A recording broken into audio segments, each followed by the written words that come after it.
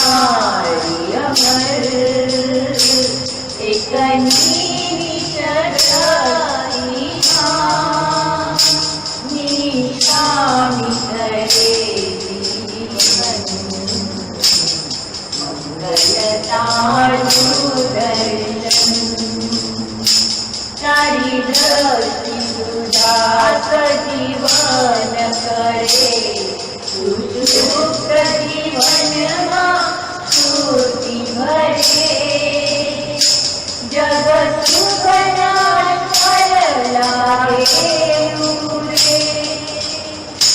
जग सुखना क्षण लागे मुरे असमर्थ बनावी देती तबरे असमर्थ बनावी देती तबरे माया पड़े न अड़े देवी पिततारी अमर एकनी विचरती मां निशामी करे जीवन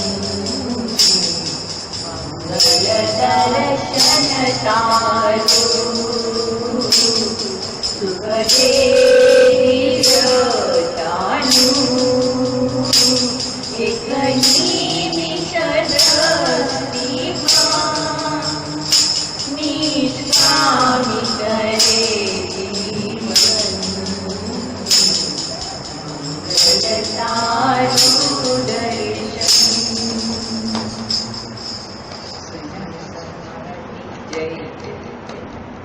गजानंद स्वामी महाराज की जय जय जय। धाम धामी मुक्तो की जय जय जय। सर्वगुणातीत स्वरूपों की जय जय जय। मुक्ताक्षर पुरुषोत्तम की जय जय जय। जे उत्पत्ति तथा स्थिति लय करे वेदो स्तुति उच्चरे जे नारोम सुछिद्र माणु समा ब्रह्मांड कोटि फरे माया काल रवि शशि सुरगणो आज्ञान लोपेक्षण एवाक्षरधाम नाधिपति श्री स्वामी नारायण। वाणी अमृत थी भरी मधुसमी संजीवनी लोकमा दृष्टि मां भरी दिव्यता निरखता सुदिव्य भक्तो बधा हेत भर्यु मीठू जननीसु नेहास्य मुखे वस्यो ते श्री ज्ञान जी योगीराज गुरु ने नीते नमो भावसु जेनी अमृत वाणी तो वही रही साक्षात महिमा रूपे जेनी ब्राह्मी स्थिति अहोलिन करे शुभव्य अक्षर पदे शरणागत निज अल्प जीव सहुना श्रेयार्थ तत्पर रहे काका स्नेहल सिंधु दिव्य विभुने हय्यू तो वंदन करे जे शांत प्रशांत सागर समा साधु गुणे जे शोभता जेना दर्शन ने समागम थकी शांति सहु पामता जे मानस पुत्र काका जिना ने भजन मालिन रहे एवा साधक वृंद ना गुरु सुरत वंदन भरत भाई ने भक्ति सभर गुलतान थईने महापूजा जे करे अनुरूति अद्भुत जाळवी રીઝવ્યા કાકાજીની મલકંતુ મુખ પુલકિત હૈયું યુવાનોની જે ગમી એવા સુરદ ભૂલકુ વિરલ વંદન અહો અસી ભાઈની બ્રહ્મરૂપ નિજને માનતા વળી શ્રીજી હૈયે ધારતા જે મસ્ત રહીને પ્રભુ ભજનમાં સુરદ ભાવ ધારતા મહિમા સભર દાસત્વ છલકે जीवन माचे सहजता काका स्वरूप दिन कर विभु संभार आमा धन्यता। बोलो सहजानंद स्वामी महाराजनी जय जय जय। यत् सत्येन जगत् सत्यं यत् प्रकाशेन भाति तत् यदानन्देन नन्दन्ति तस्मै श्री गुरुवे नमः। ध्यानमूलं गुरोर्मूर्ति पूजामूलं गुरोर्पदं मन्त्रमूलं गुरोर्वाक्यं मोक्षमूलं गुरो कृपा। सहजानंद स्वामी महाराज की जय जय जय।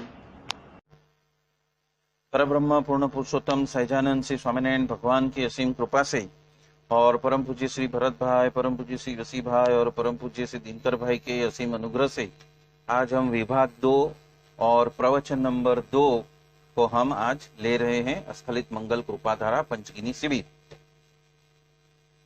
धुन स्वामीनारायण स्वामीनारायण स्वामीनारायण 3 मिनट नामिये सहित नाम से करनी। मतलब क्या है कि भरत भाई स्वामीनारायण, भरत भाई स्वामीनारायण, भरत भाई स्वामीनारायण, वसी भाई स्वामीनारायण, वसी भाई स्वामीनारायण, वसी भाई स्वामीनारायण, काकारूप भरत भाई स्वामीनारायण, काकारूप भरत भाई स्वामीनारायण, काकारूप वसी भाई स्वामीनारायण, काकारूप दिनकर भाई स्वामीनारायण। तो ये क्या हो गया? नामिये सहित नाम लेना। और वो धुन की शुरुआत में 1 बार 2 बार 10 बार लेने का और उसके बाद स्वामीनारायण स्वामीनारायण स्वामीनारायण स्वामीनारायण धुन के ऊपर हम शिफ्ट हो सकते हैं। तो नामी को पहले याद करने का और फिर वो जो नाम हमें दिया है, जो धुन दी है, जो मंत्र दिया है, वो नाम क्या दिया है, नामदान क्या है? स्वामीनारायण स्वामीनारायण स्वामीनारायण। तो नामी है सहित। तो हम ये भी कह सकते हैं कि योगी स्वरूप काका जी, योगी स्वरूप काका जी, योगी स्वरूप काका जी, काका स्वरूप भरत भाई, काका स्वरूप भरत भाई, भरत भाई स्वामीनारायण, भरत भाई स्वामीनारायण, भरत भाई स्वामीनारायण और फिर स्वामीनारायण स्वामीनारायण स्वामीनारायण स्वामीनारायण स्वामीनारायण।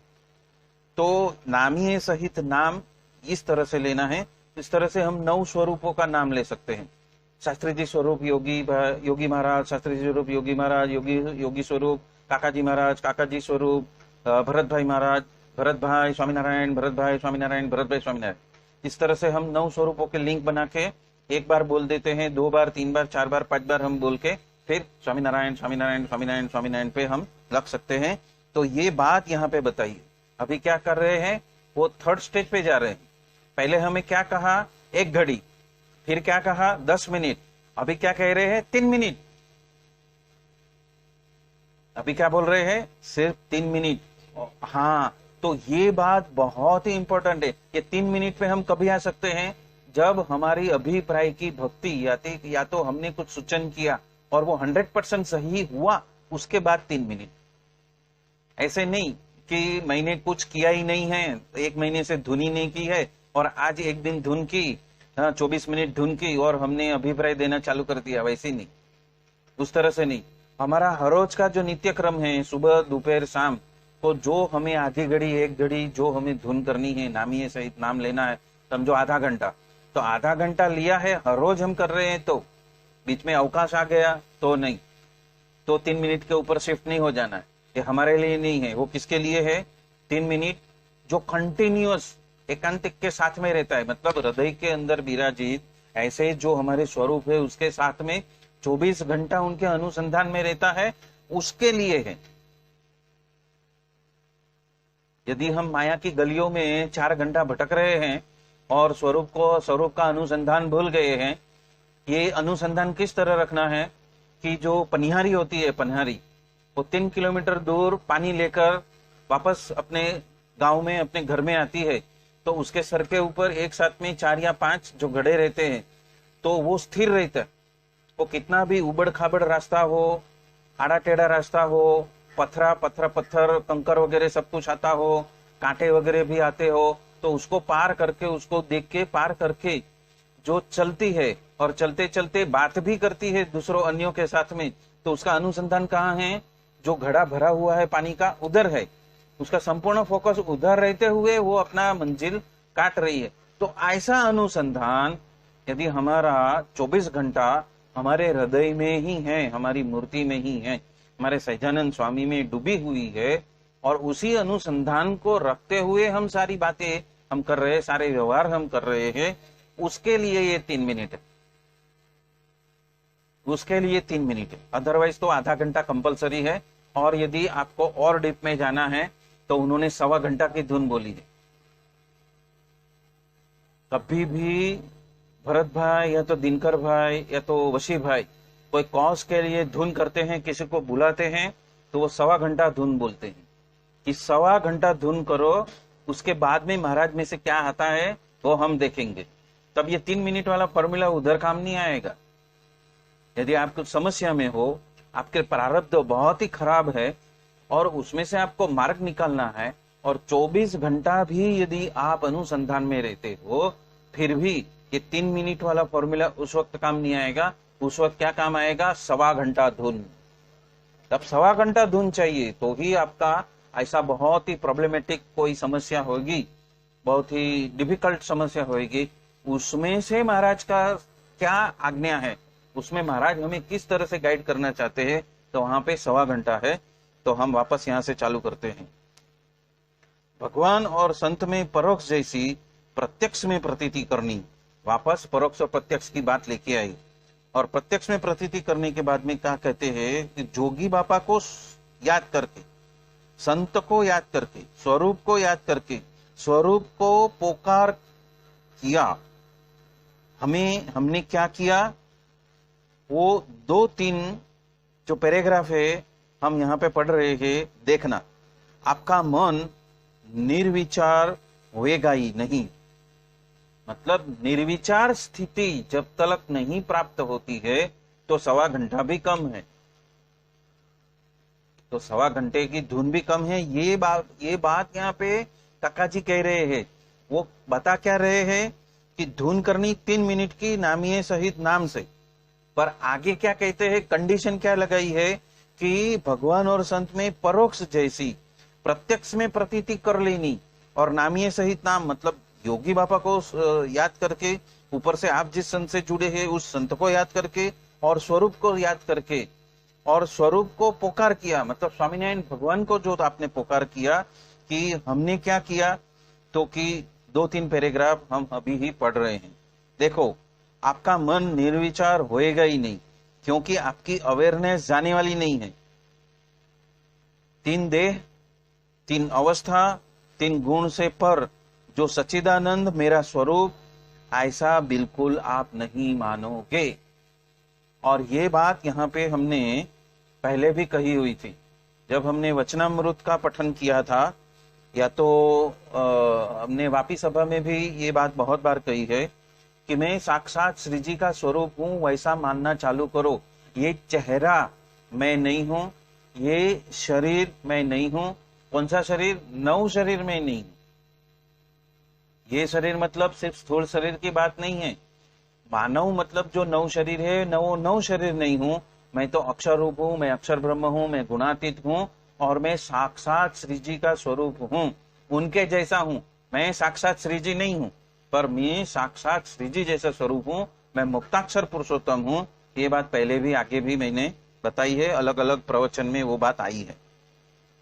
तो यहाँ पे काका जी महाराज वापस दोहरा रहे हैं कि 3 देह, 3 अवस्था और 3 गुण से पर सच्चिदानंद ऐसा मेरा स्वरूप, ऐसा आप बिल्कुल नहीं मान सकते हो। और ये मानकर जब अनुसंधान रहेगा, ये मानकर ये 9 देह में नहीं हूं, ये 3 अवस्था में नहीं हूं, 3 अवस्था और फिर 3 गुण में नहीं हूं, मैं 3 काल भी नहीं हूं, और भी जोड़ सकते हैं, तीनों काल, भूतकाल, वर्तमान और भविष्य काल भी नहीं हूं। मैं कालातीत हूं, मैं देहातीत हूं, मैं भावातीत हूं, मैं गुणातीत हूं, मैं अक्षर ब्रह्म हूं, मैं ब्रह्म स्वरूप हूं, मैं साक्षात श्री जी जैसा स्वरूप हूं। यदि वो हम मान लेंगे तो हम ये 3 मिनट वाले जोन में आ सकते हैं। यदि मेरा अनुसंधान, यदि मेरा अध्यास, यदि मेरा होश, यदि मेरा जानपना का दरवाजा, जो भी कहो, वो यदि उसी में रहता है, तो उसके हिसाब से ही 3 मिनट यहाँ पे कहा है?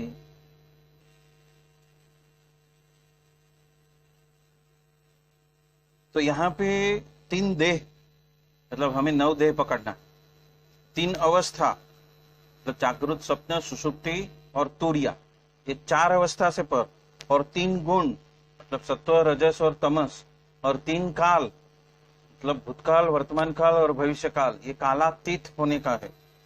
उसके पर जो है वो सच्चिदानंद, ऐसा मेरा स्वरूप है, ऐसा आप नहीं मानने वाले हैं। आपको समझ में नहीं आएगा, आपको वो होश नहीं रहने वाला है। तो उस होश में यदि आप रहते हो तो आगे की बात है। यदि साधु ऐसा यदि समझता है कि मेरे चेतन में जो भगवान अखंड विराजमान है, तो ये 3 देह, 3 अवस्था और 3 गुण से मैं पर हूं, और उसके वजह से भगवान और भगवान के धाम अणु मात्र भी अलग नहीं है। देखो वचनामृत सारंगपुर 10, उसको निर्विकल्प समाधि का अष्टांग योग जो साधन किया है, उसके बाद का सुख अखंड शांति। यहाँ पे काका जी महाराज हिंट दे रहे हैं कि ये जो 3 मिनट की जो धुन है वो कब करनी है? जब आप ये सारी कंडीशन को फुलफिल करते हो।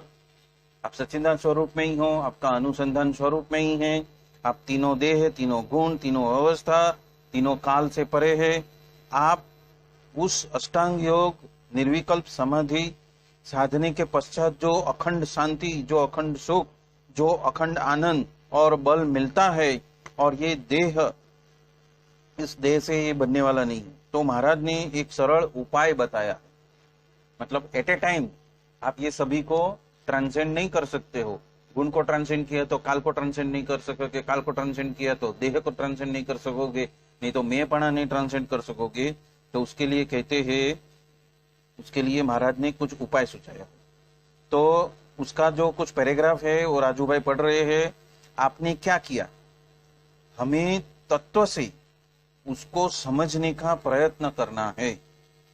जो नाम लिया है वो कौन है और वो कैसे है, और उसको प्रकट करना हो तो शब्दार्थ, भावार्थ, रहस्यार्थ, तात्पर्य आपको समझना पड़ेगा। तो ये सब क्या है? बुद्धि का खेल है। आपका कॉन्शियसनेस जैसे जैसे जैसे जैसे उच्चतम अवस्था को प्राप्त करते जाता है, वैसे वैसे आपकी जो बुद्धि है वो खत्म हो जाती है, और जो डिवाइन इंटेलिजेंस है वो शुरू हो जाता है। तो जब वो शुरू होएगा तो ये प्रकट यदि आपको करना हो तो उसके शब्दार्थ, उसका भावार्थ, उसका रहस्यार्थ, उसका तात्पर्य आपको समझना पड़ेगा, और उनका जो शब्द, उनका अर्थ, उसका पावर, उसका अर्थ, उसका रहस्य, उसका अर्थ, और उसका तात्पर्य और उसका अर्थ, तो मजा आ जाएगी। रामकृष्ण परमहंस को एक सेठ ने बोला, आपकी ये लवारी जो है वो बंद करो, नाम से क्या होएगा? अरे राम नाम से 48 साल पहले का जो भयंकर टीबी मुझे मिट गया, तब ये जमाने में तो मिटे ही नहीं, वो मर ही जाता है। पुनीत महाराज के संत के वचन से केवल सिर्फ और सिर्फ राम नाम से 7 ही दिन में टीबी मिट गया। टीबी कितने दिन में मिट गया? सिर्फ 7 दिन में मिट गया। पुनीत महाराज का जीवन चरित्र पढ़ना। नामदेव ने भगवान के नाम सुरन से विठला विठला विठला की भाव समाधि होती थी, तो कृष्णानंद को गोपाला गोपाला ये नाम से होती थी। अभी मैंने 3 दिन पहले ही ये जो डिज्नी हॉटस्टार है उसमें विठल करके एक सीरियल आती है, विठू मावली, वो देखता हूँ, और उसमें ये नामदेव का ही चरित्र आता है। और कुछ भी संकट आए, कुछ भी प्रॉब्लम हो, तो नामदेव जितना छोटा बच्चा है जो 6-7-8 साल का, वो विठला विठला ही करता है। कोई भी पड़कार करे तो विठला विठला विठला। तो उसको कोई मारता भी है तो छड़ी उसके तलक पहुंचती नहीं है, और जिसके हाथ में छड़ी है, उसके पिता के हाथ में छड़ी है, वो हार हो जाती है, फूलों का हार हो जाती है। वो ऐसी तरह से झुक जाता है कि उसको नामदेव को हार पहना देते हैं, और वो सब देखते हैं, देखते ही रह जाते हैं। बोलते हैं ये कौन कर रहा है? तो कि ये तो जादू टोना करता है। बोला ये जादू टोना नहीं है, ये विठल के नाम सुमिरन का जादू है। ये जादू टोना नहीं है, ये विठल नाम लेने का महिमा और प्रताप है। वो नामदेव बता रहे हैं और वही यहाँ पे काकाजी महाराज बता रहे हैं कि नाम सुमिरन का क्या महत्व है, वो महिमा आपको जानना होगा। और मैं ऐसी सीरियलें देखते रहता हूँ। उसमें एक राम सीता की भी सीरियल है, बहुत अच्छी तरह से बताई है। वाल्मीकि के हिसाब से जो राम सीता का चरित्र है वो भी डिज्नी हॉटस्टार पे है। फिर ये विठल माउली है, विठू माउली है, वो भी है। ऐसी बहुत सारी राधा कृष्ण है। राधा कृष्ण की एक सीरियल एक दिन देखो ना तो 5 साल लगेगा, इतनी लंबी राधा कृष्ण की बहुत अफलातून सीरियल है। और मैं देखता हूँ, बहुत मजा आता है उसमें। राधा कृष्ण, बलदेव, बलराम, वो सबका जो जुगलबंदी चलता है और वो किस तरह से जीव का कल्याण के लिए कैसे प्रतिबद्ध होते हैं और कभी वो साथ देते हैं और कभी चुप हो जाते हैं, वो राधा कृष्ण सीरियल से बहुत बढ़िया तरह से समझ में आता है। और वो सीरियल के वजह से हमें वो समझ में आता है कि काकाजी महाराज ने ऐसे ही प्रवचनों में बोला है, रात की ये तूने क्या किया, कुब्जा के साथ में मैंने एक रात बिताई, उसमें तेरा जो पूरा भरोसा था वो मेरे ऊपर से उड़ गया, ये तूने क्या किया। तो वो जो बात है ना, वो बात ऐसी सीरियल से पता चलती है कि काकाजी महाराज ने किस डेप्थ से वो समर्पित होना और वो 24 घंटा समर्पित रहना, वो बात कही है कि आपका जो मन बुद्धि है कभी आपको धोखा दे जाएगा ना, वो उस एग्जाम्पल से बताते हैं कि राधा का तो अनन्य समर्पण था, फिर भी कुब्जा के घर में एक रात रहे तो उनको क्यों ऐसा वाद विवाद क्यों हो गया, क्यों रुष्ट हो गए। तो वो बता रहे हैं कि आप अपनी मन बुद्धि का विश्वास मत करो, जो समर्पण पहले दिन किया है वैसा ही समर्पण आखिरी दिन में भी रहना चाहिए। ये भरत भाई, वसी भाई बार बार बोल रहे हैं कि आपने फर्स्ट टाइम उनको दिव्य मान के जिस तरह से समर्पित हुए थे उसी तरह का समर्पितपना कंटिन्यूअस रहना चाहिए। कुछ लीला की तो समर्पित था और कुछ लीला की तो नहीं, आप बेकार हो। वसी भाई कहते हैं ना कि आप बेकार हो, काम हुआ तो ठीक है, काम नहीं हुआ तो आप बेकार हो, आप भगवान कैसे। तो वो बात यहाँ पे आती है।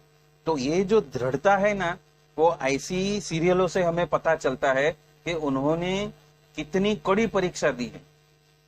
जब नामदेव है, उसकी जो कड़ी परीक्षा जो समाज उसकी लेता है और कली उसका लेता है, समाज तो ठीक है पर जो कली उसकी जो एग्जाम लेता है, परीक्षा लेता है, वो देखने लायक। तो आप देखोगे तो पता चलेगा कि भगवान ने तो हमें कैसे ऐसे फूल के सेज के ऊपर लेटा के रखा है। हमें, हमारे भगवान ने हमारी ऐसी एग्जाम ली ही नहीं है। वो हमें पता चलेगा ऐसी सीरियल देखेंगे तब। जो पुंडलिक था, पुंडलिक का तो ऐसा हाल हवाल हुआ था, तो कली ने ऐसा हाल हवाल किया था। हाँ हाँ, भाग ही जाएंगे। वही है। तो वो ऐसी सीरियल देखेंगे और उसका कंटेंट देखेंगे तो पुंडलिक को कली ने कितना हैरान किया था और उसमें वो अड़िग रहा था। और दूसरा बात, जो नामदेव है, अभी नामदेव चल रहा है, वो उसी पुंडलिक में, विठू माउली में ही, तो वो पता चलेगा कि रुक्मिणी भी कभी हिल जाती थी। रुक्मिणी भी जो उनका विठल के प्रति जो उनका समर्पण था वो हिल जाती थी और तब उनको राधा जी याद आते थे कि मैं इतनी छोटी बात में मैं हिल गई और राधा जी इतनी बड़ी बड़ी बात में कैसे स्थिर रहती थी। तो वो सारी जो बातें हैं वो हम जब देखते हैं ना लाइव स्क्रीन के ऊपर, तो हमें पता चलता है कि हम किधर है। वो तो उनके लिए प्रकट थे ना, उनके मुखोन्मुख थे ना और उनके साथ में रहते थे, तो अब हम भी तो प्रकट के साथ में रहते हैं। तो हमारा व्यवहार, हमारी मन बुद्धि के ऊपर हमारा विश्वास कैसा रहना चाहिए और जानपना दरवाजा कैसा रहना चाहिए, वो सब उसमें से हमें पता चलता है। और यही एग्जाम्पल यहाँ पे दिया है कि पुनीत महाराज का जीवन चरित्र पढ़ना। अब ये जो पुनीत महाराज है ना, उनके आश्रम में से एक मैगजीन आता है हर महीने, उसको जन कल्याण कहते हैं। और वो जन कल्याण मेरे पिताजी ने बहुत समय पहले बंधाया है और वो इस तरह से आजीवन का लवाजम है कि उनके जाने के बाद में उनकी जो पीढ़ी है उनको भी आता रहेगा लाइफ टाइम के लिए। और उनके अंदर जो पुनीत महाराज का जो जीवन चरित्र पढ़ने को मिला, तब पता चलता है कि जब हम भक्त बनते हैं तो ये समाज है या तो ये कली है या तो ये काल है, और हमारी कैसी टेस्टिंग करते हैं और उसमें से वो कैसे पास हुए और हमें कैसे पास होना है, वो दोनों बात समझ में आएगी। अभी दोपहर को वही देख के सो गया मैं। उसमें बहुत अखंड परीक्षा है, उनकी तो कंटिन्यूस परीक्षा है। हमें तो उसमें से 10वां भाग की क्या 1% भी परीक्षा ये प्रकट गुरुहरि ने ली नहीं है। उनको तो फूल की सेज पे ऐसे रखा है ऐसे, और फिर भी हम डिग जाते हैं। महाराज सुनते नहीं, महाराज करते नहीं, महाराज देखते नहीं, महाराज अंतर्यामी है, क्या करते हैं। हाँ, वो तो सर्व अंतर्यामी है, वो तो मन की जाने तन की जाने चाहने चित्त की चोरी। और फिर भी हम क्या कहते हैं, इतना साल हो गया महाराज, पर महाराज चाहते हैं कि तुम निर्विकल्प समाधि तलक की धुन करो। वो तो हुई नहीं, 7 साल निकल गए। कभी की निर्विकल्प धुन आपने कभी की? याद करो, लिखा डायरी में, लिखा कि आज मेरी निर्विकल्प धुन हुई, एक भी विचार नहीं आई मूर्ति के अलावा। वो की नहीं, तो वो क्यों सुनेंगे? क्योंकि आप उनकी सुनते नहीं हो। निर्विकल्प धुन उनका पहला रिक्वायरमेंट है। क्यों 1.25 घंटा बोलते हैं? क्योंकि 1.25 घंटा में 1 मिनट तो ऐसी आएगी कि जहां पे आप निर्विकल्प स्थिति में हो, जहां पे आप निर्विकल्प स्थिति में हो। आप मतलब हम सब, सिर्फ आपकी बात नहीं कर रहा हूं, हम सब की बात कर रहे हैं कि हम, आप मतलब काका जी कहते हैं कि आप सब, मतलब कि हम सब, तो हम सब, हाँ हाँ, मतलब मैं काका जी के भाव से बात कर रहा हूं कि काका जी ये बोल रहे हैं कि आप सब, मतलब कि हमारे हिसाब से हम सब, वो निर्विकल्प धुन में गए ही नहीं है।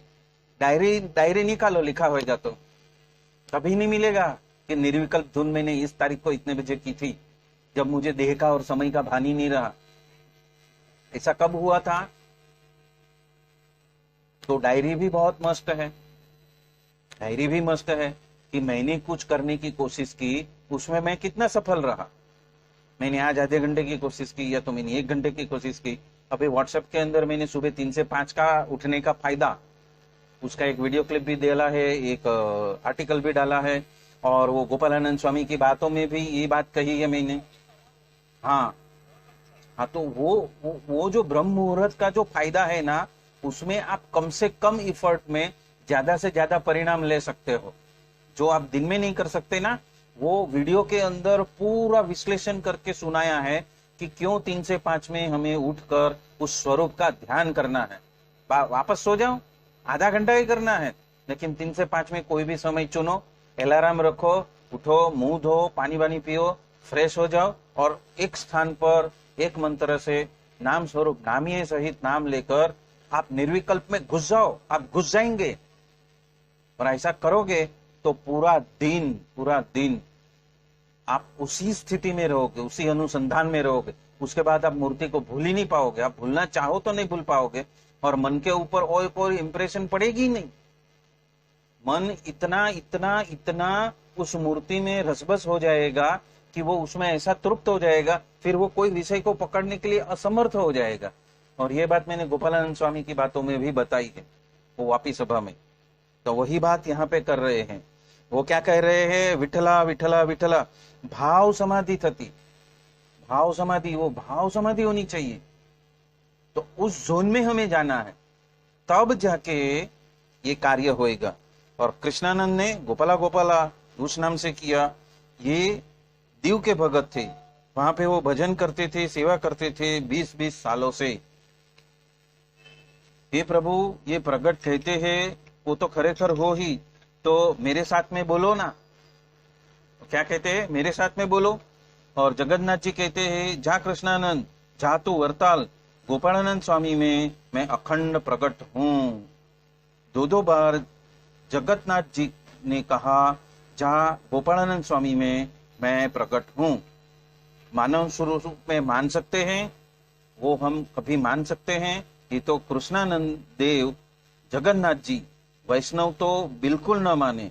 वो तो वरताल आए, स्वामी उमरेठ थे, तिथि उमरेठ गए, स्वामी उमरेठ से निकलकर दमनिया में जा रहे थे, और वहां पे कृष्णानंद ने, हे गोपालानंद स्वामी, ओ गोपालानंद स्वामी, ऐसी हाक मारी।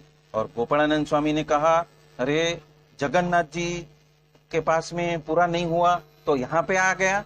और कृष्णानंद को प्रतीति हो गई कि विज्ञान स्वामी को भी हुआ कि मेरे हरि कृष्ण महाराज वरताल के एक ववाया भगत जी में अखंड प्रकट है।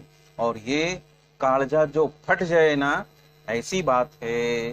तो इसलिए पहले निर्विचार होने के लिए तल्लीन होकर, निर्लज्ज होकर, उच्च स्वर से ताली बजा के हे स्वामीनारायण, हे मुक्तानंद, हे ब्रह्मानंद, हे हरिप्रसाद स्वामी, हे पप्पा जी, हे काका जी, हे प्रेम स्वामी, हे पुरुषोत्तम स्वामी, स्वामीनारायण स्वामीनारायण स्वामीनारायण 15-20 मिनट धुन करो, सतत, कांस्टेंट और कंटिन्यूअस, होठ भिड़े बगैर, तो आप ऑटोमेटिक निर्विचार हो जाओगे।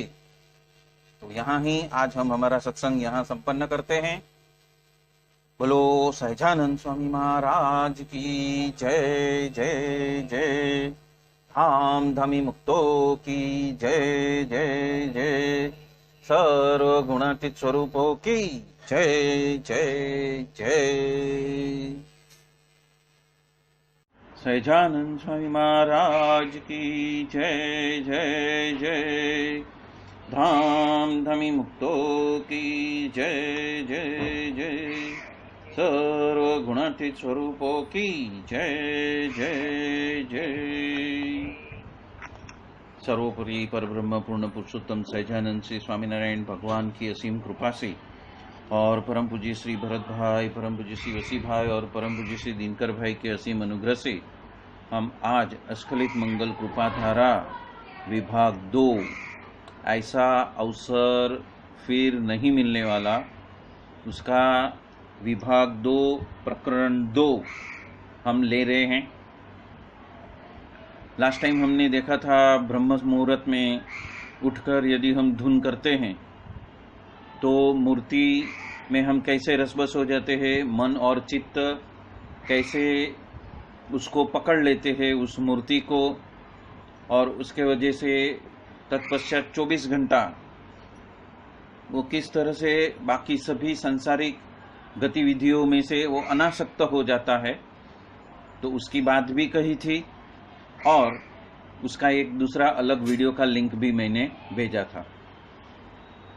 तो उम्मीद करते हैं कि वो लिंक आपने देखा होगा, सुना होगा, और उसकी जो फलश्रुति है तो आज मैं वापस भेजूंगा यदि नहीं सुना है तो, कि ब्रह्म मुहूर्त में उठ के जो हम नाम स्मरण करते हैं, कान के अंदर हमारा ईयरफोन डाल के एकदम फुल वॉइस के अंदर यदि हम उसको सुनते हैं तो मन और चित्त कैसे उसको खींच लेते हैं, और उसके बाद में जिस तरह से स्पॉन्ज सारा पानी खींच लिया उसके बाद में कोई भी पानी की बूंद उसमें अंदर ज्यादा जा नहीं सकती, उसी तरह हमारा मन और चित्त दोनों ऐसा स्पॉन्ज के माफिक हो जाएगा कि बाद में हम संसारिक कितने भी गतिविधियां करें उसकी कोई भी इंप्रेशन उसके ऊपर पड़ेगी नहीं, और मूर्ति का अनुसंधान हमारा पूरा दिन भर रहेगा। वो बात कही थी। तो यहाँ पे हम वापस विभाग 2 का पेज नंबर 161 जहाँ से हमने लास्ट टाइम बंद किया था उसका थोड़ा सा रेफरेंस लेके हम यहाँ पे चालू करते हैं। हे मुक्तानंद, हे ब्रह्मानंद, हे हरिप्रसाद स्वामी, हे पप्पा जी, हे काका जी, हे प्रेम स्वामी, हे पुरुषोत्तम स्वामी, स्वामीनारायण स्वामीनारायण स्वामीनारायण स्वामीनारायण, ऐसा 15-20 मिनट धुन करो। ये कभी करनी है ब्रह्म मुहूर्त में, सतत, कांस्टेंट और कंटिन्यूअस, होठ बीड़े बगैर, तो आप ऑटोमेटिकली निर्विचार हो जाओगे। तो ये जो निर्विचार की स्थिति है वो जब आप प्रैक्टिकल करोगे तो होएगा। ऐसे सत्संग में कुछ वाक्य या शब्द सुन लिए, कुछ बात समझ ली, तो उससे निर्विकार आप नहीं हो पाओगे। उसके लिए आपको प्रयत्न करना पड़ेगा, और वो प्रयत्न जब आप उस ब्रह्म मुहूर्त में करते हो तो उसका परिणाम आपको जल्दी मिलता है। बाकी समय में भी करोगे तो परिणाम मिलेगा, पर आपको दुगना तिगना चौगुना उसके लिए प्रयत्न करना पड़ेगा। पर ब्रह्म मुहूर्त में 3 से 5 में वो आसानी से हो जाएगा, वो बात कही थी। तो आगे हम चलते हैं। तो इसके समर्थन में वचनामृत लोया 6 का आखिरी पैराग्राफ और तत्पश्चात स्वामी की बात दूसरे की 11वीं, ये आप पढ़ लो। तो हम उसको पढ़ने जा रहे हैं। वचनामृत लोया का 6 का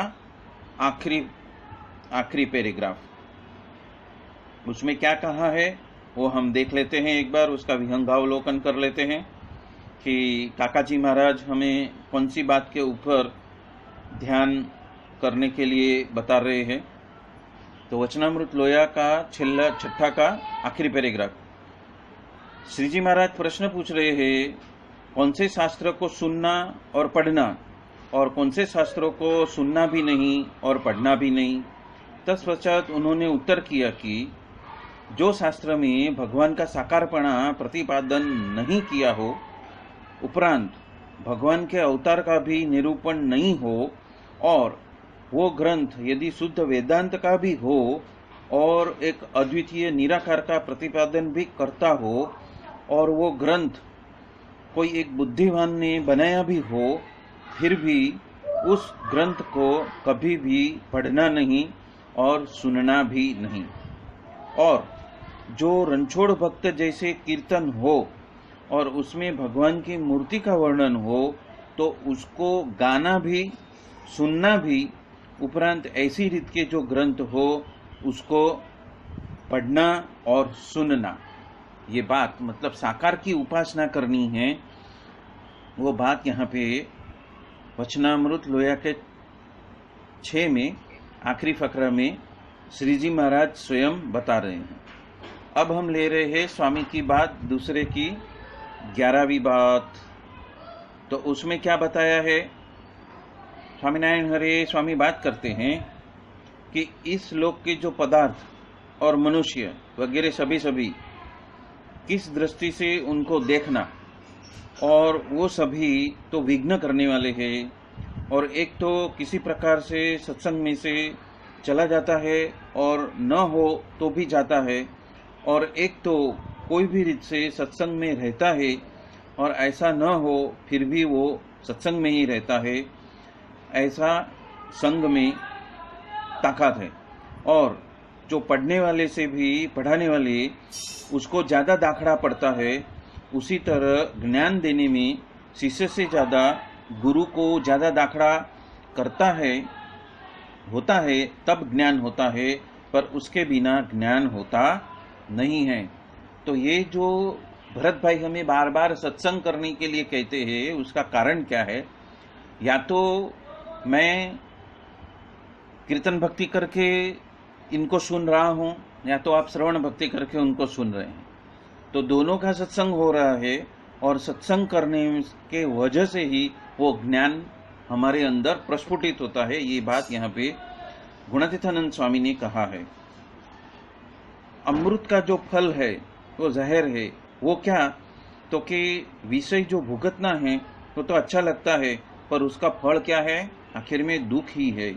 और अच्छे विषय और नरसे विषय, जो खराब विषय है, दोनों ही नाशवंत है।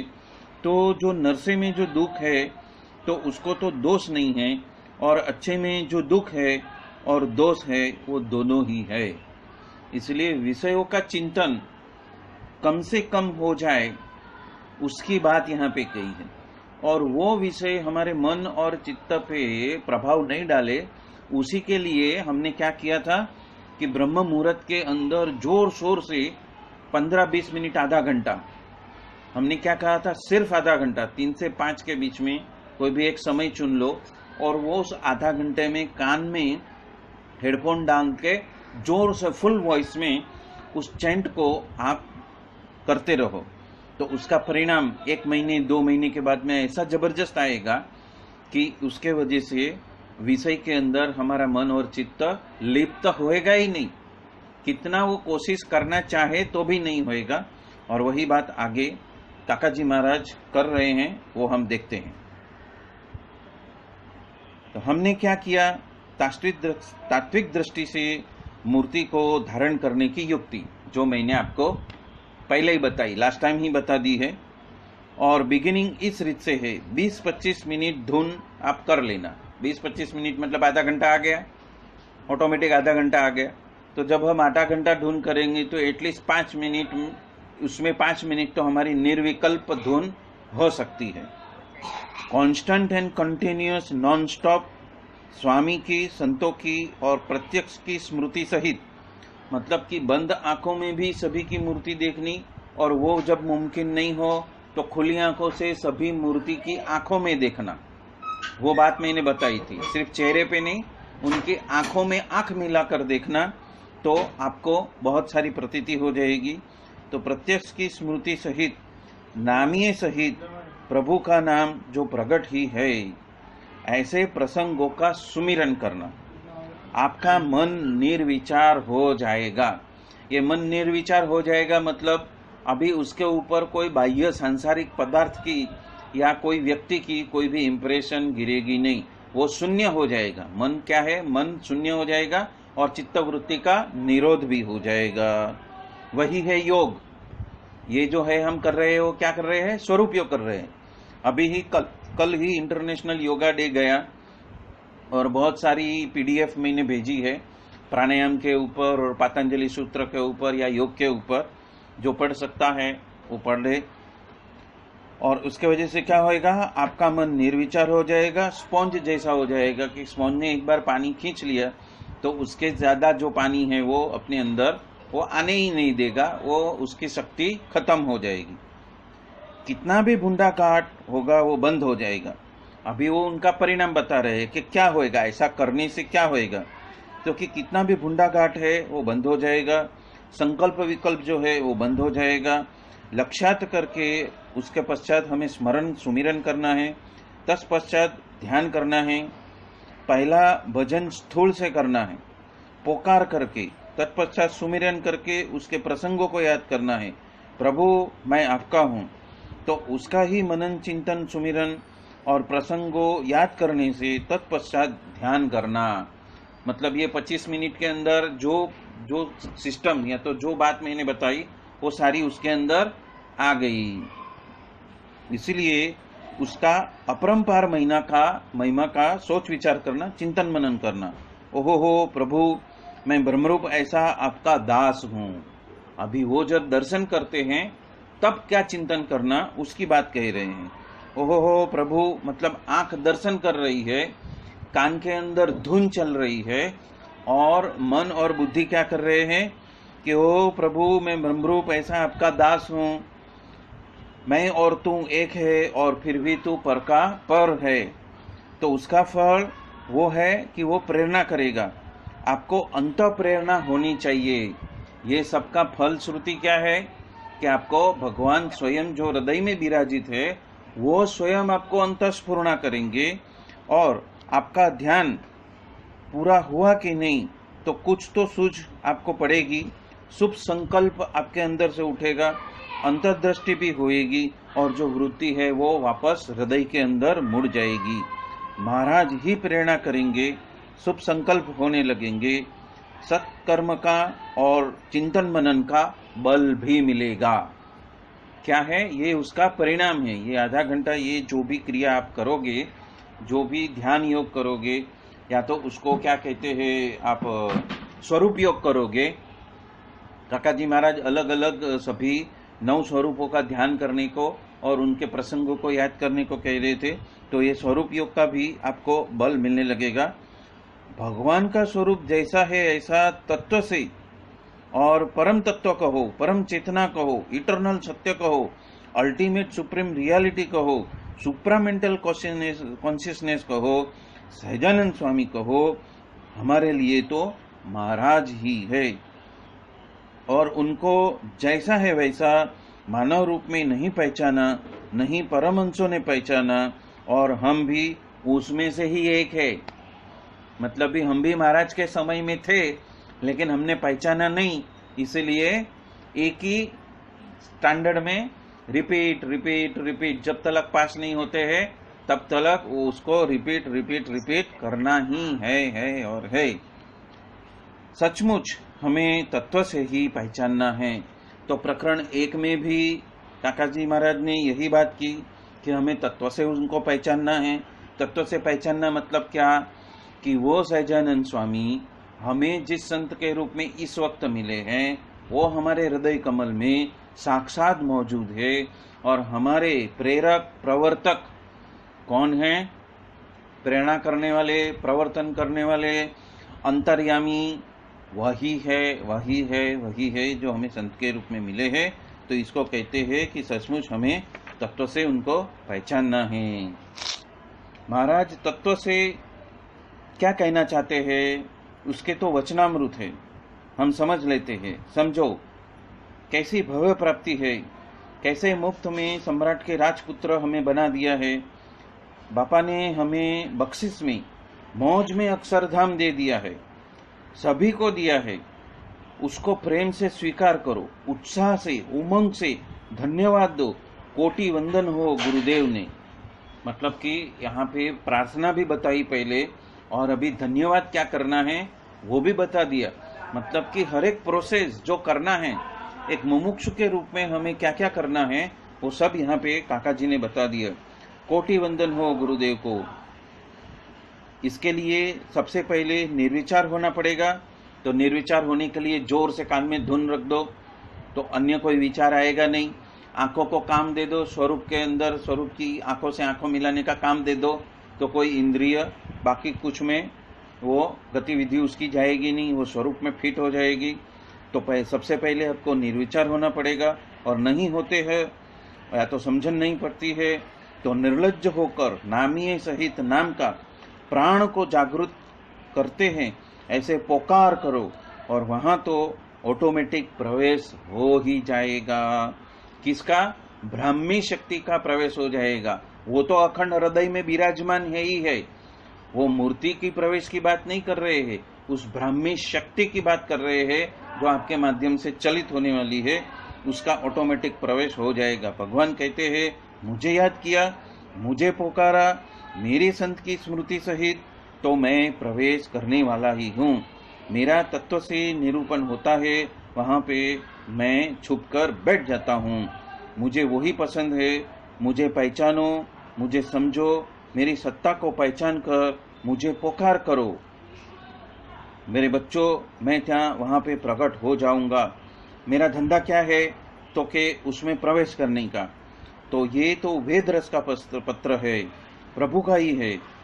यह देह इंद्रिय मैं नहीं हूँ, मैं एक मशीन हूँ, मोटर हूँ। मतलब कि मानव शरीर यंत्र कहा है ना, मानव शरीर यंत्र कहा है, तो मैं एक मशीन ही हूँ, मोटर हूँ। और चलाने वाले मुझे जो प्रभु है, संत है, वही है। इस यंत्र को चलाने वाले कौन है? जो प्रभु मिले हैं या तो जो प्रगट संत मिले हैं वही है।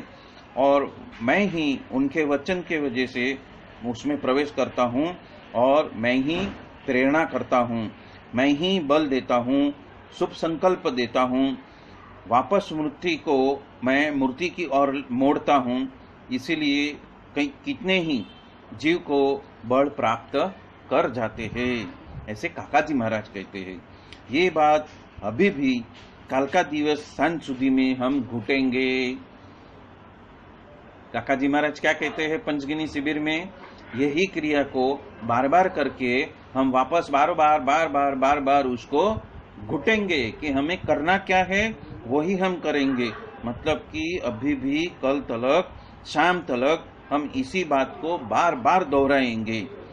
हमें पक्का कर लेना है, एक नया पाठ हमें सीख लेना है। वो लेसन अंत तलक जिंदगी पर्यंत रहने वाला है।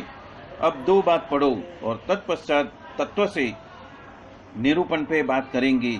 ये अपना मुख्य सब्जेक्ट है, उसके ऊपर हम मंगलाचरण करेंगे। तो काका जी महाराज क्या कहते हैं? आपको बार बार इसका प्रैक्टिस करना ही पड़ेगा। ये जो पेज नंबर 161 और 162 के ऊपर उन्होंने जो गाइडलाइन दी है, उन्होंने जो जो प्रार्थना करने को कहा है, या तो जो जो संकल्प करने के लिए बताया है कि हमें क्या प्रार्थना करनी है, हमें प्रकट संत को कैसे मानना है और कैसे हमारे हृदय के प्राणाधार मानकर उनको पुकार करना है, वो बात यहाँ पे काका जी महाराज ने स्पष्ट रूप से कही है। और उसके वजह से क्या क्या होएगा उसकी फलश्रुति भी हमें बता दी है। तो सहजानंद स्वामी महाराज की जय। अभी लोया के 6ठे का आखिरी पैराग्राफ पढ़ लो। तो हमने तो अभी आगे ही पढ़ा है आखिरी पैराग्राफ।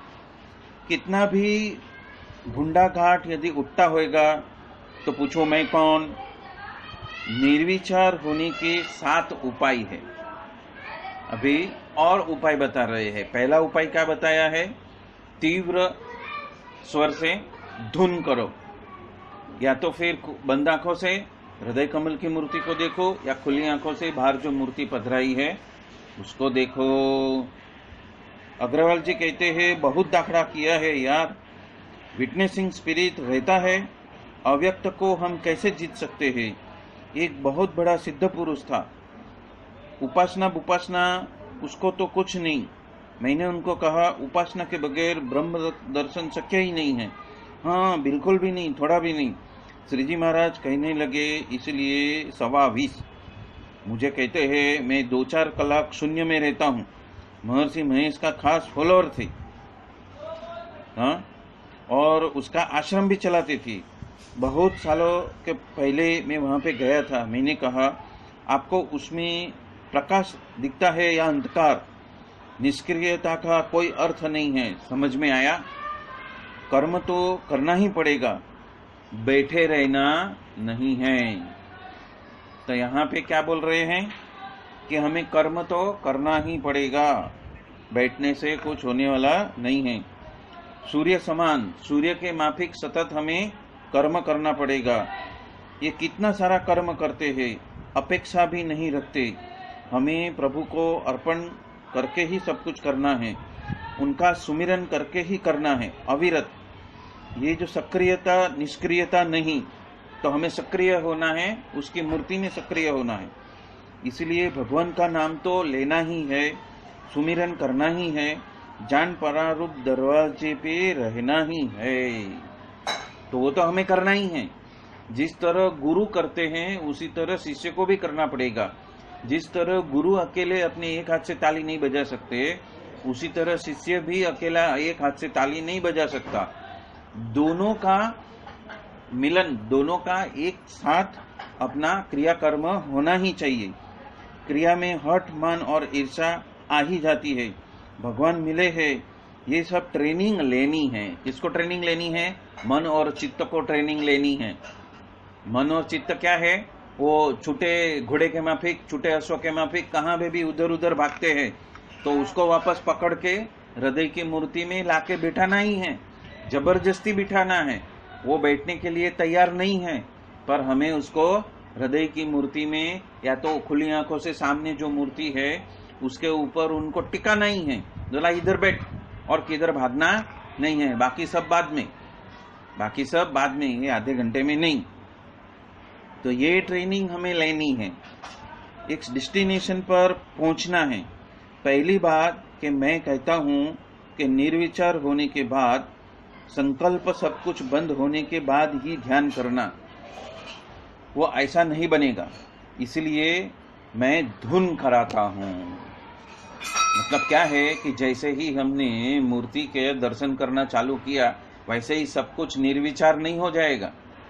और वो निर्विचार नहीं होएगा, इसलिए वो मन को कहाँ पे जोड़ते हैं? धुन के अंदर जोड़ देते हैं। और ये कहते हैं काका जी महाराज की, इसीलिए मैं धुन कराता हूँ। नामीय सहित नाम, मतलब भरत भाई स्वामीनारायण, वसी भाई स्वामीनारायण, दिनकर भाई स्वामीनारायण। पहला स्वामी को देखो, 3 बार प्राणायाम करो, बापा को देखते रहो, देखते रहो। आई बात, जो बात मैंने प्रथम प्रवचन में, प्रकरण 2 के प्रथम प्रवचन में बताई थी, वही बात आई। बापा को देखते रहो मतलब क्या? बापा का जो छवि है या तो बापा की जो मूर्ति है उसके सामने देखते ही रहो, अनिमेष नजर से देखते रहो। और तत्पश्चात उसको अंतर में देखो, मतलब अपने हृदय के अंतर में उसको देखो और पुकार करो, मम्मी मम्मी मम्मी। अखंड प्रकट है, मतलब कि बापा बापा बापा, वो बापा अंदर अखंड प्रकट है। एक फोर्स आएगा और बल भी आएगा। जो महाराज कहते हैं मुझे पुकार किया सतत, तो भगवान और संत कहते हैं कि मेरी दृष्टि आपके ऊपर हो जाएगी। बाकी बहुत ही तकलीफ देह है। अति दृढ़ धर्म, अति वैराग्य, अति आम, अति तेम, तत्पश्चात उसके ऊपर दृष्टि गिरती है। वो तो बनने वाला है ही नहीं। और ये भगवान को पुकार कर लो, यदि उसकी दृष्टि आपके ऊपर गिर गई, मुझे याद किया क्या प्रहलाद, तूने मुझे याद किया, देख मेरी दृष्टि है, जा, कोई तेरा नाम नहीं लेगा।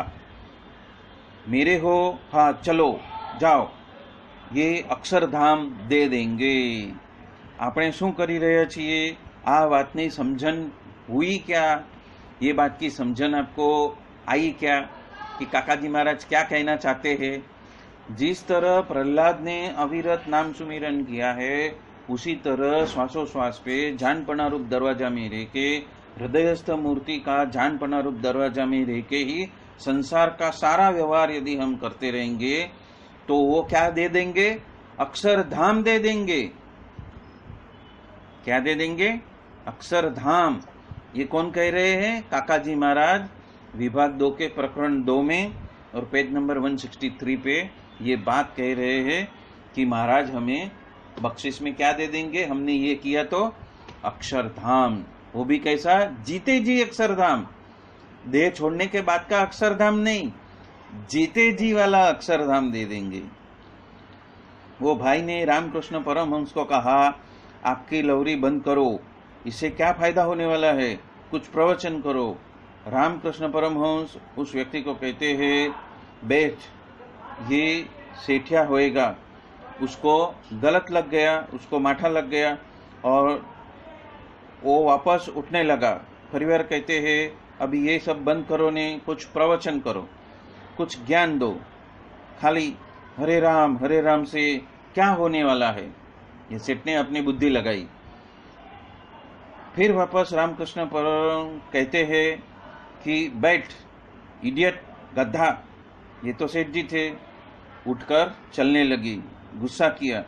इसीलिए वहां पे एक व्यक्ति था, उन्होंने रामकृष्ण ने कहा, अरे भाई उसको बुला के लेके आ, पकड़ के लेके आ। पहला सेठ कहते हैं, नहीं आऊ। अरे ऐसे ते कोई संत होता है? अक्ल है कि नहीं संत को? पर वो वापस मुड़े। संत को क्या पहचाना? चेला कहलाते हैं रामकृष्ण की, देहाभिमान का पुतड़ा कहलाते हैं। हाँ, देखाव खातर भक्ति करते हैं और हम कहते हैं कि हम आध्यात्मिक है। तत्पश्चात सेठ आई। रामकृष्ण कहते हैं, भाई बैठो बैठो। पहला कहते हैं, क्या बैठो? रामकृष्ण कहते हैं, अब बैठो तो सही। पर कहते हैं तो तुमको एक साला शब्द मैंने कहा तो उसमें आपको इतना सारा अपमान लग गया, गुण व्यापी गया। उसका गुण जो है, गाली का जो गुण है, वो पूरे तंत्र में प्रसारित हो गया और उठकर आप चलने लगे। आपका तोबरा चढ़ गया, मतलब मुंह चढ़ गया। मुझे भी आपने गाली दे दी। तो इतने सारे वक्त में यदि राम राम किया होता तो क्या उसकी असर आपको नहीं हुई होती? आपने साला ग्रहण किया तो राम ग्रहण करना था ना। आपने गाली को ग्रहण किया तो राम का नाम ग्रहण करने का था और आपको पुकार करने का था राम को। तो एक साला आपको कहा, उसमें तो इतना सारा आपको गलत लग गया और हरे राम करते हो तो आप मेरे सेवक हो। यदि ये वस्तु जो है, यदि कोई हमें समझता नहीं है, ये तो प्रभु का नाम है और जब आप तत्व से उसको पहचानोगे तो मेरे माफिक आपको गला दुखाने का आपको पसंद भी नहीं होएगा। मारा वालिडो, हाँ, स्वामीनारायण स्वामीनारायण स्वामीनारायण। कौन जोगी महाराज? खलास, आगड़ पाछड़ आगे पीछे खेलने वाला जोगी महाराज। मारो वालिडो, काल का, कर्म का, सभी का नियंता। ओहो हो, मुझे याद किया, इसलिए प्रेम से समझकर एकाकार होकर आग्रह से भजन और धुन आप कर लो। मन निर्विचार हो जाएगा और तत्पश्चात ध्यान और भजन वो पहुंचेगा। प्रेरणा भी करेंगे। उसके लिए 40 मिनट का मेरे साथ में ये प्रयोग करो। आ गई बात 40 मिनट तक। जो आधा घंटा कहा था वो 40 मिनट तक आ गई ना। काका जी महाराज भी वही बताना चाहते हैं कि यदि आप सुबह में ब्रह्म मुहूर्त में ये कार्य करोगे तो प्रकृति माया जो है वो भी आपको साथ देगी। तो उसका बेनिफिट, उसका जो फायदा है वो उठा लो। दिन में भी कर सकते हो, 24 घंटे में कभी भी कर सकते हो, पर उस वक्त आपको प्रकृति का फायदा नहीं मिलेगा और सुबह 3 से 5 में आपको प्रकृति का भी फायदा मिल जाएगा।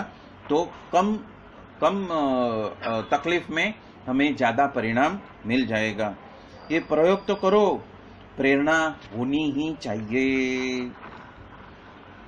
कुछ सूझ कुछ समझ तो पड़नी ही चाहिए, कोई प्रेरणा तो होएगी, अंत प्रेरणा होएगी, कोई शुभ संकल्प भी उठेगा, कोई वृत्ति तो वापस मुड़ जाएगी, कोई दोष का दर्शन हो जाएगा।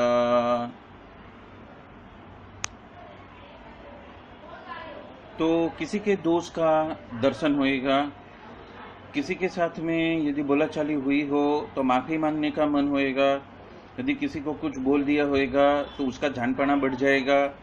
ये सब उसकी एंड प्रोडक्ट है। खाना खाने के बाद में जैसे भूख मिट जाती है और पानी पीने के बाद में तरस छिप जाती है। देखिए, हम 2 पैराग्राफ पढ़ लेते हैं। वचनामृत लोया 6 का ये पैराग्राफ है। राजूभाई ठक्कर कहते हैं, और उपरांत श्री जी महाराज ने प्रश्न पूछा है कि भगवान का ध्यान करने के वक्त मन के बारे में अनेक प्रकार के भूंडे घाट और तरंग उठने लगते हैं। तो काका जी कहते हैं, संकल्प उठते हैं या नहीं उठते हैं देख लो। जहां ध्यान करने के लिए बैठोगे तो तुरंत वो संकल्प विकल्प उठेंगे ही। ये मूर्ति यदि देखते रहोगे तो नहीं उठेंगे।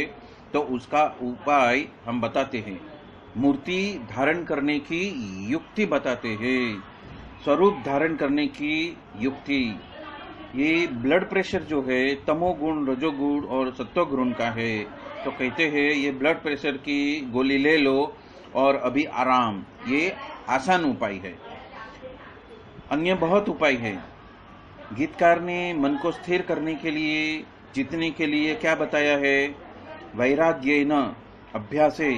गीताकार क्या कहता है? कांति देसाई क्या कहता है? बोलो, हाँ कहो कि ना कहो। वैराग्येन अभ्यासे मतलब वैराग्य तो आपके पास में है ही नहीं, और 4 बार तो आपको खाना खाने चाहिए, नहीं तो आपको बहुत ही बगासी उबासी आएगी। अब क्या करने का? वैराग्य तो है ही नहीं। राग के साथ में तो आपका बैर है, उसका नाम वैराग्य, और उसका अभ्यास 1-2 बार मान थोड़ा थोड़ा हम बैठने को कहते हैं। अबे हाँ, शिविर में हम आए हुए हैं तो भी आलस आता है।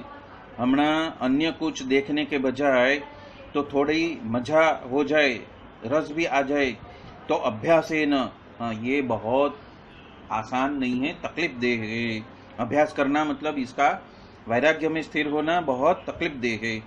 ये 7 अलग अलग मुद्दा एक ही दिन में हमने समझाया था अग्रवाल जी को, और तत्पश्चात ये बापा की मूर्ति हमने दे दी। मैं हूँ तेरी बंसी के तारे गावू होते गाजे। सुना, वो तो नाचने लगे। हाँ, लय हो गया। हाँ, बापा का फोटा देखा, मुझे कहे स्वामीनारायण धुन है क्या? मैंने कहा हाँ, होठ को बंद किए बगैर स्वामीनारायण की धुन करना। स्वामीनारायण स्वामीनारायण स्वामीनारायण। कहाँ विचार आते हैं? जागृत हो जाओ। अरे, तो अग्रवाल जी करके थे, उनको समझाया था, पापा की मूर्ति दी और कहा मैं हूँ तेरी बंसी, वो तू गाते ही रहना। तो क्या हो जाएगा? विचार बंद हो जाएंगे। और फिर बापा का फोटा देके क्या कहा? स्वामीनारायण का धुन है, वो करते रहना। तो विचार कहाँ से आएंगे? जागृत हो जाओ। राजूभाई ठक्कर कहते हैं, जिस तरह समंदर में बड़े बड़े तरंग उठते हैं, उसी तरह भुंडा घाट भी उठने लगते हैं। तब घाट को कैसे टालेंगे? तत्पश्चात उसका उत्तर भी स्वयं ने किया। जब ऐसे भुंडे घाट होने लगते हैं, तब ध्यान को एक साइड में रखकर जीभ से उच्च स्वर से हमें धुन करना है। काका जी कैसे? उच्च स्वर से स्वामीनारायण स्वामीनारायण। इस तरह से गला दुखता हो या अन्य कुछ होता हो, वो बात अलग है। आपको मानसिक जप करता आता हो तो ये नहीं करने का। अभी मानसिक जाप क्या है वो आपको आना चाहिए कि कंटिन्यूअस सतत आप माला घुमा रहे हैं और आपका मन कहाँ पे है? धुन में ही है और मूर्ति में लय और लीन है। यदि मानसिक जाप करने को आता है तो उसको अजपा जप कहते हैं, वो मानसिक जाप है। तो मानसिक ऑटोमेटिक अजपा जप, हाँ आया, वही बात आई। अजपा जप यदि जप करने को आता हो तो उच्च स्वर से करने की जरूरत नहीं है और वही 3 से 5 में करना है। और जपाजप कान में जोर से फुल साउंड रख के अजपाजप करना चालू कर दो। स्वामीनारायण स्वामीनारायण स्वामीनारायण। ये अजपाजप है, मानसिक या तो अजपाजप, वो प्राणवायु का जप है तो उच्च स्वर की वहां पे जरूरत नहीं होगी। तो यही अजपाजप करते हुए हमें सुबह 3 से 5 का फायदा उठाना है। राजू भाई ठक्कर कहते हैं ध्यान को एक साइड में रखकर उच्च स्वर से। काका जी कहते हैं जीभ से, जीभ का उपयोग करके उच्च स्वर से। राजू भाई ठक्कर कहते हैं निर्लज्ज होकर। काका जी निर्लज्ज यानी कि लाज वगर का गधा। निर्लज्ज यानी यही लग्न चालतू हो तब भी वो भूखने का चालू करता है। अच्छा प्रसंग हो और हम वो सहनाई बजाते हैं तब भी वो गधेड़ भुगता ही है। उसी समय में उसको क्या सोच समझ पड़ती होगी, निर्लज्ज लाज बगैर का। अर्धी रात को भी भगवान को शयन कराना हो तब भूखे, निर्लज्ज। ऐसा इस तरह से राजू भाई ठक्कर कहते हैं ध्यान को एक साइड में रखकर जीभ का उपयोग करके उच्च स्वर से निर्लज्ज होकर ताली बजाकर स्वामीनारायण स्वामीनारायण स्वामीनारायण भजन करना।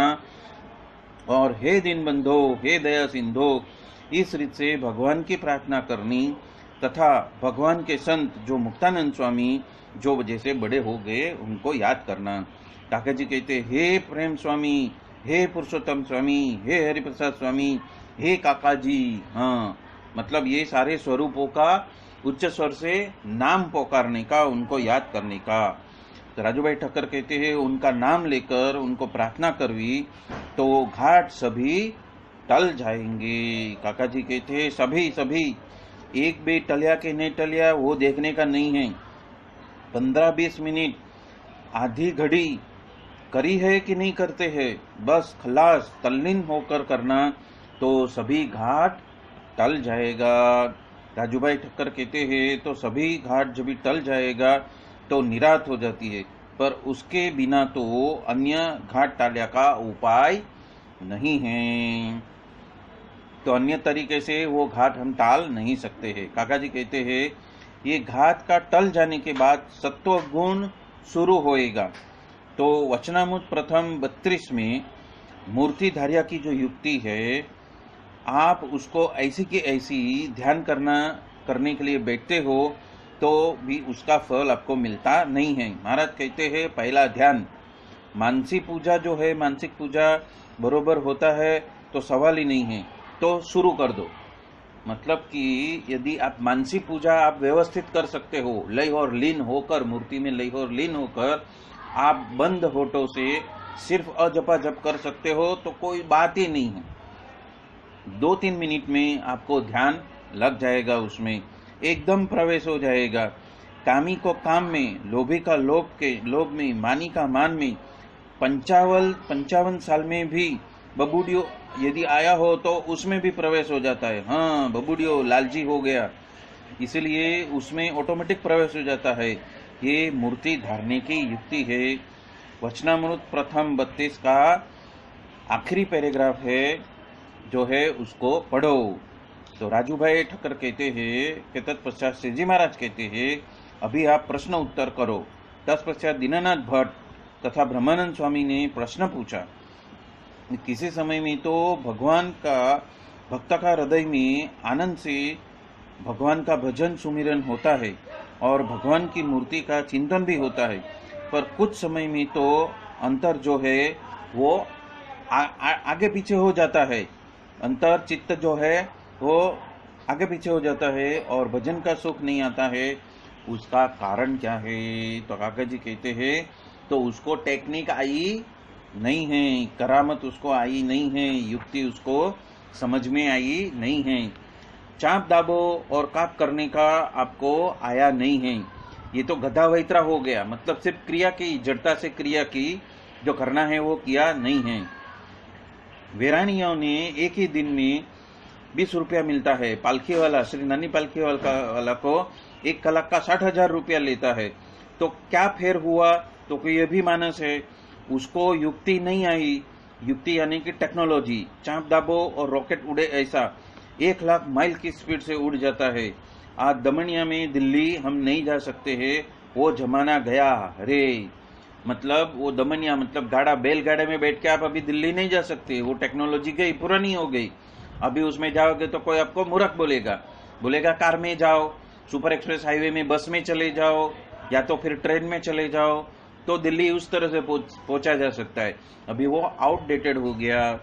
उसी तरह यहाँ पे काका जी कहते हैं कि गड्ढा वैतरा बंद करो और टेक्निक सीख लो।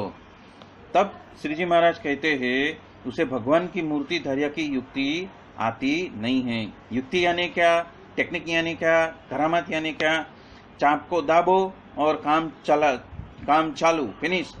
गड्ढा वैतरा नहीं। इस जमाने में भी हम गड्ढा वैतरा हमें नहीं करना है।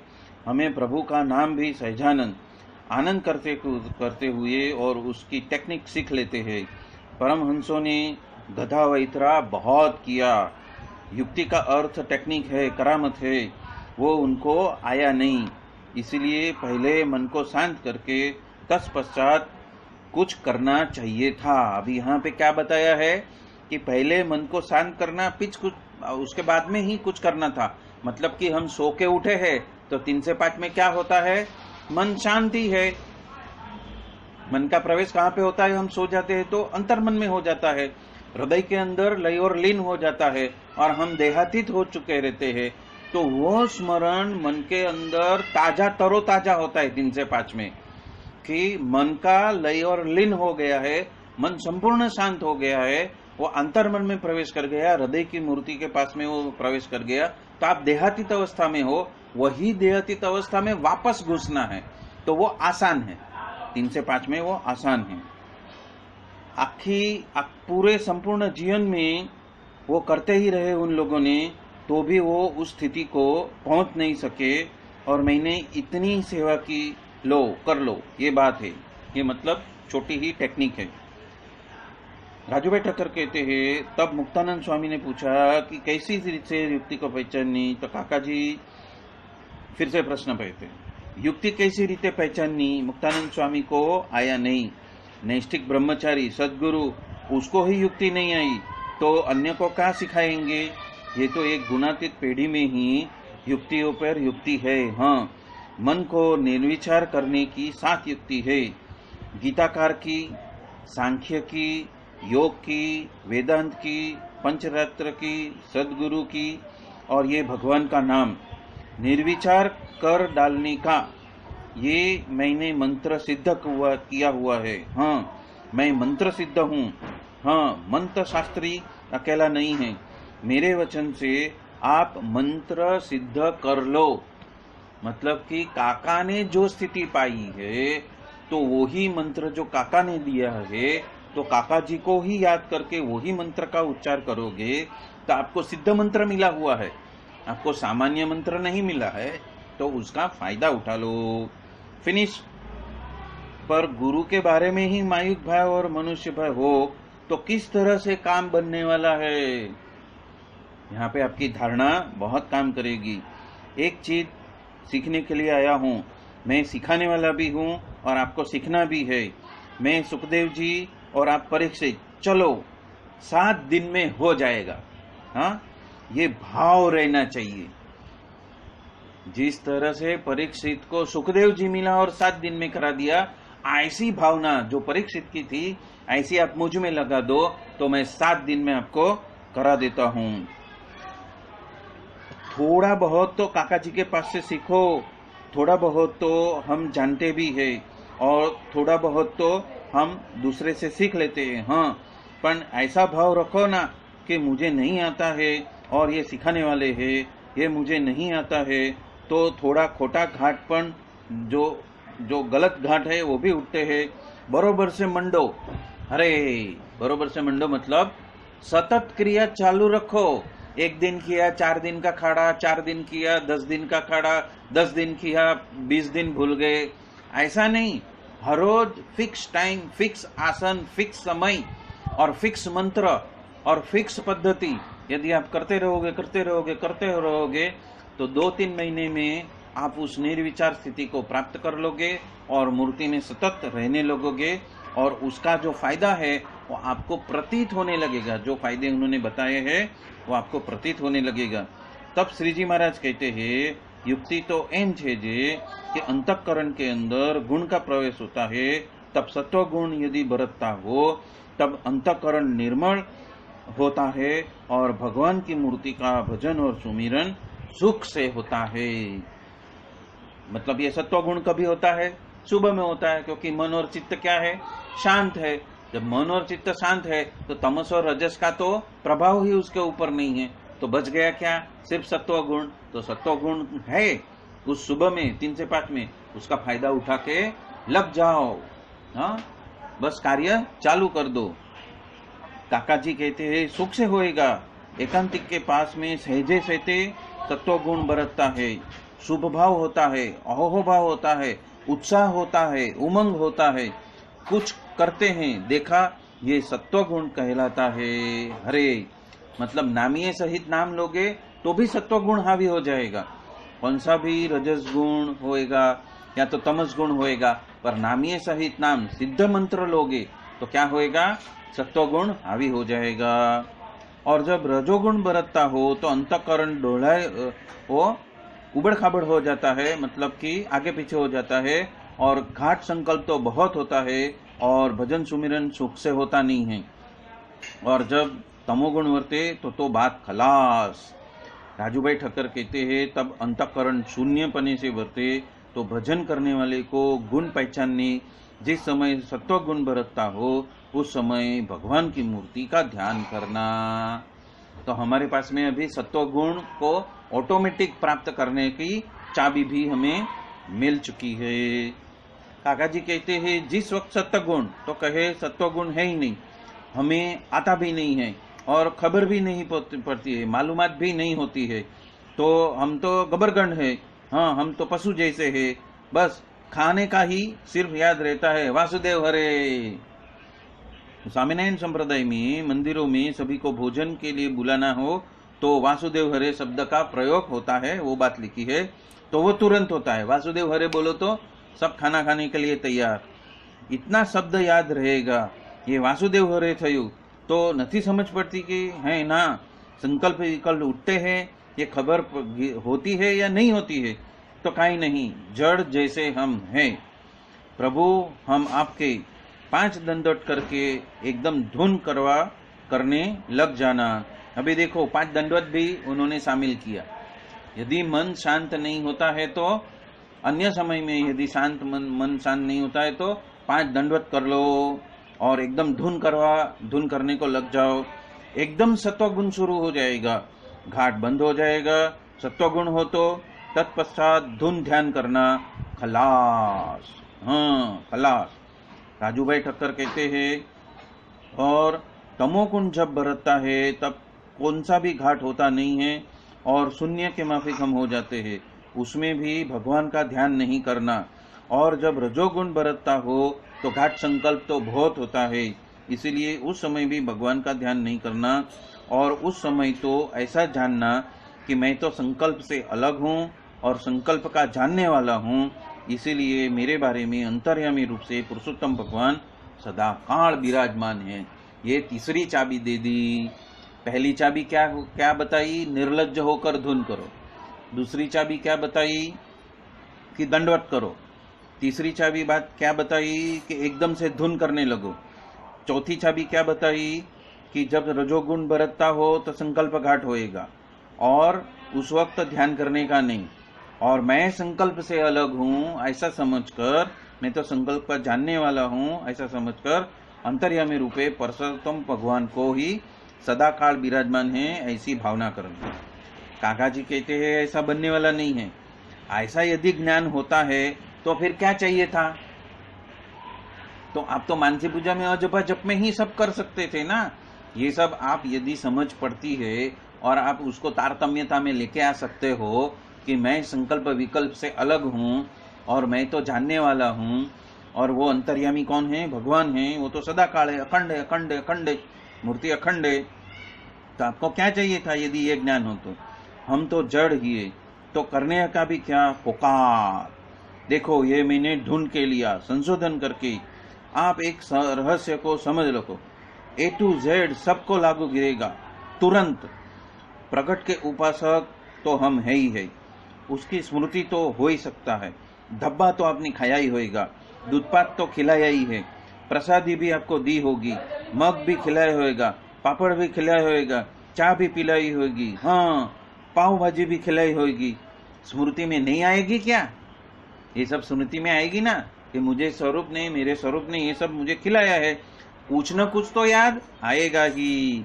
आप टेकरे पे चढ़े होंगे, टेबल लैंड पर गए होंगे महाबलेश्वर में, धुन करी होगी, 2-3 प्रसंगों में से कुछ न कुछ तो याद आ ही जाएगा, पड़ाक प्रवेश हो जाएगा। प्रसंगों को याद करोगे तो पड़ाक हो सत्व गुण में आपका प्रवेश हो जाएगा, ऑटोमेटिक। काका जी क्या कहते हैं? ऑटोमेटिक हो जाएगा। अब इसकी ही बात, भगवान को याद करो, स्थूल रीत से पुकार करो, हमारी दृष्टि पड़ी है, क्या कहते हैं? भगवान और संत की दृष्टि गिरती नहीं है, उसका अभिप्राय समझ में आया नहीं।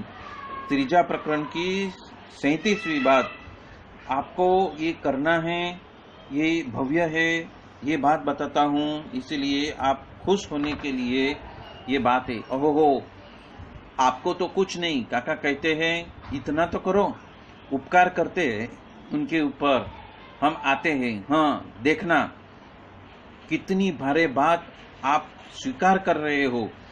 आपके अंदर किसी का विरोध आपको बीच में आया, विघ्न किया, तीजा की 24, 25, 36, 37वीं बात को और तत्पश्चात दूसरे की 11वीं, यदि ये प्राप्ति आपकी है, हाँ, कान दे के यदि नहीं सुनते हो, मन दे के आप सुनना।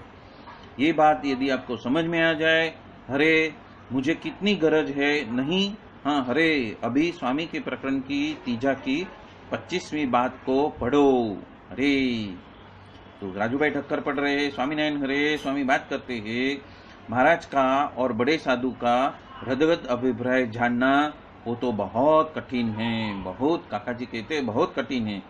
तो हम उसको कभी जान सकते हैं? तो एक कल्प तलक यदि मुक्तानंद स्वामी तथा गोपालानंद स्वामी तथा कुपानंद स्वामी, काका जी कहते हैं एक कल्प तलक कौन से चक्कर में हम आए हैं? हाँ, एक कल्प, ऐसे पुरुष के पास में एक दिन। हाँ, तो राजू भाई ठक्कर कहते हैं यदि ऐसे को हम सेवन करते हैं तो भी ही प्रतीत हो सकता है, पर उसके बिना तो प्रतीत हो ही नहीं सकता। ये सिद्धांत बात है। तो उसके बिना जो कुछ भी हमें प्रतीत होता है वो तो महाराज की और बड़े साधु की दृष्टि के वजह से ही प्रतीत होता है। मतलब जीव के करने से नहीं होता है, पर कृपा दृष्टि होने के वजह से होता है। वो बात यहाँ पे कहते हैं, काका जी कहते हैं कुछ भी प्रतीत होता है ये महाराज की और बड़े साधु की दृष्टि के वजह से ही। हाँ, तो उसकी दृष्टि कभी होती है? तो काका जी कहते हैं कभी होती है। अभी देखो, उसमें से 1% भी आपसे हो सके ऐसा नहीं है कि आपके ऊपर दृष्टि कभी हो। तो मैं आपके खातर दोहन कर करके मैंने ये ढूंढ निकाला है और आपको कीमत उसकी नहीं है। मुफ्त में चीज हमको मिल गई है तो हमें क्यों हमारे हाथ पैर हिलाने हैं? ये करो दृष्टि के लिए, भगवान और संत की दृष्टि, इसके ऊपर बात चल रही है। अब कभी होएगा आप देखना।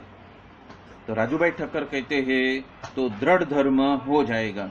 दृढ़ धर्म धर्मज नहीं है तो दृढ़ धर्म की बात कहाँ पे आएगी? ये तो एकादशी के दिन ही हम खाना खा लेते हैं, तो ऐसा विरला है कोई? अरे राजू भाई ठक्कर कहते हैं तथा आत्मा परमात्मा का अति दृढ़ ज्ञान हो, ये सब विकल्प दे रहे हैं। तो काका जी कहते हैं आत्मा परमात्मा ज्ञान तो ठीक, दृढ़ ज्ञान ही नहीं है, अति दृढ़ ज्ञान हो, उसमें भी चौकड़ी मार दो, ये सब्जेक्ट हम नहीं ले सकते, हमसे ये सब्जेक्ट नहीं ले सकते। तो राजू भाई ठक्कर कहते पंच विषय में अति दृढ़ वैराग्य हो, तो काका जी कहते ओ बाप रे, पंच विषय वो तो गमी पसंद हो जाए ऐसी है, मूर्ति में से भी खींच के आपको लेके जाए, ऐसे पंच विषय में आपकी प्रीति है। तो अति दृढ़ वैराग्य हो, हाँ, ये सब्जेक्ट भी लेने जैसा नहीं है, ये तो सब माथा पचीसी है। हाँ, तो राजू भाई कहते हैं तथा पूर्ण पुरुषोत्तम भगवान के महात्मा सहित अनन्य भक्ति हो।